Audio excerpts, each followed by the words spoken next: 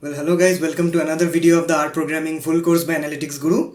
So in the previous video we discussed about what are scalar data and what are composite data types.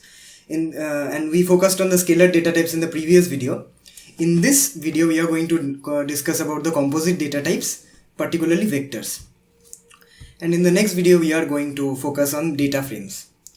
So let me tell you how to create vectors. Vectors are basically collection of different types of scalar data. Okay, it's a way to represent a collection of scalar data. So let me tell you how to create a vector. You can give a name to a vector. This is how you give a name, any name you want. You can put A, B, C, anything. This is how you give a name, and this is the assignment operator. You have to use this operator. You can also use equals to, but that is a very bad practice. Avoid that. Use this sign. So suppose I want to assign the object A to the number 25. This is how I write it. I execute the code, Ctrl plus R. See, the vector A has been assigned to 25.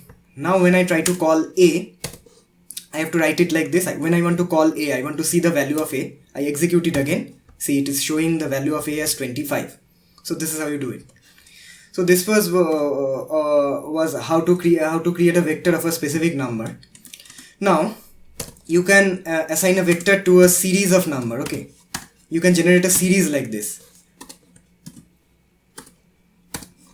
So I am generating a series of numbers from 1 to 25 and I am assigning it as a vector. Okay, so I execute it, and now when I want to call it, see, the series has been generated. Okay, now the next is when I want to create a vector with different numbers. The vector, it is not necessary that the vector has to be a series. It might be a collection of different numbers. So how to do that? It might be 1, anything you want. Remember to put the name. Let me give some other name. I'm giving it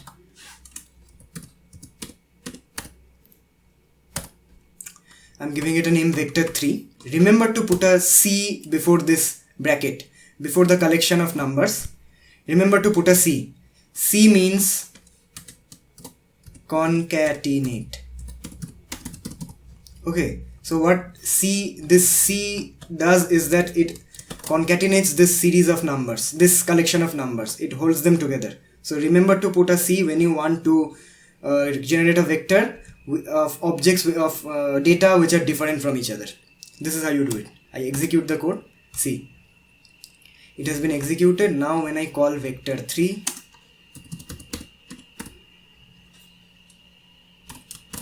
see, the vector has been generated. So always remember to put a C when you try to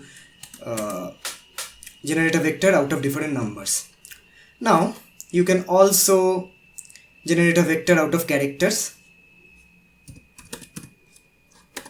I'm naming it char1. When you want to create a character, always put it in double quotations. Okay,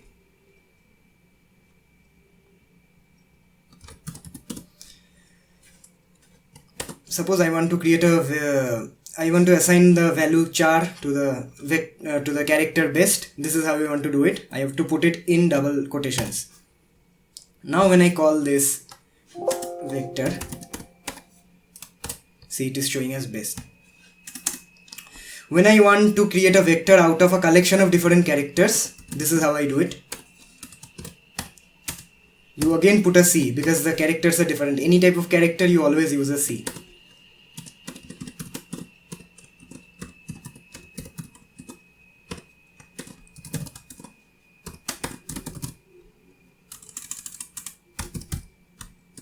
You can write as many as you want.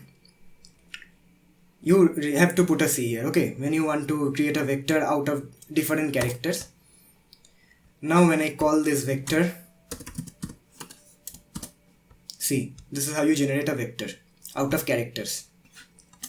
Okay, now when the vector you want to generate has both numbers and characters together, this is how you do it. The same procedure follows. You have to use the C, the concatenate function.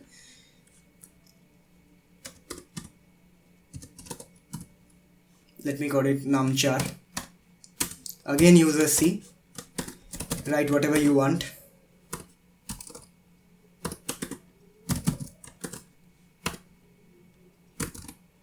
This contains both letters, words and numbers. This is how you do it. I execute this line of code. Then I call numchar, the name which I assigned to the vector C.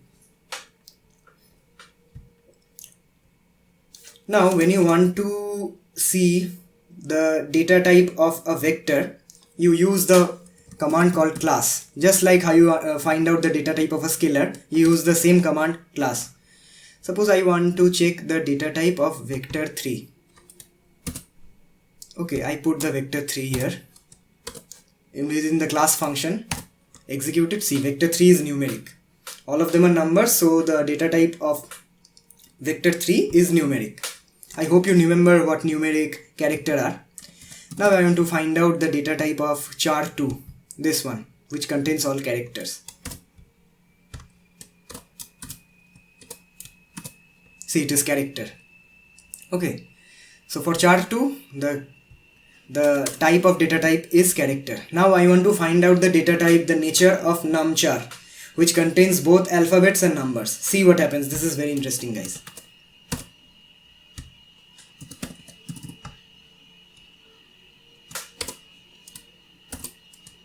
See, it is showing as character. The property of numchar is character, even though numchar contains both numbers as well as words and characters.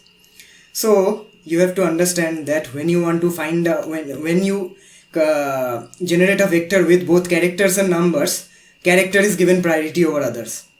So if there is one character, the entire vector is going to be assigned as character. This is very important, guys, remember it. Okay, so I hope this was clear. This was all about vectors. And yeah, by class you can find out anything. This is how you do it. So yeah, in the next video we are going to discuss about data frames. So please do like this video and subscribe, guys. See you in the data frames video, guys. Bye bye.